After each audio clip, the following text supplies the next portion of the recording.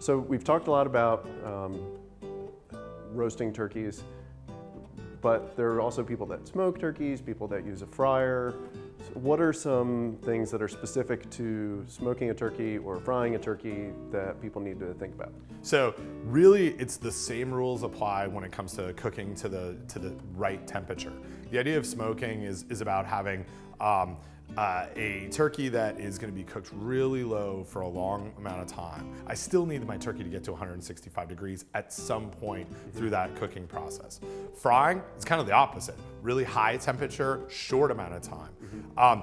Having a situation where I have a turkey go in there and it may not be long enough becomes a real problem because it's such a short amount of time. So I really need to make sure also that I'm using a thermometer to ensure that my fried turkey gets to 165 degrees.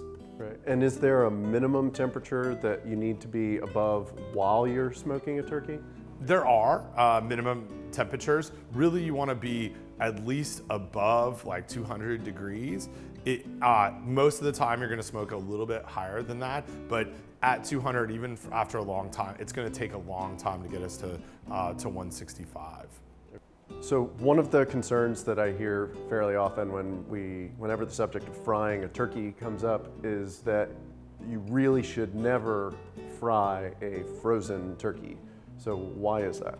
If I put a frozen turkey in it, that frozen turkey, it's not just turkey, there's a bunch of water that's still associated with it.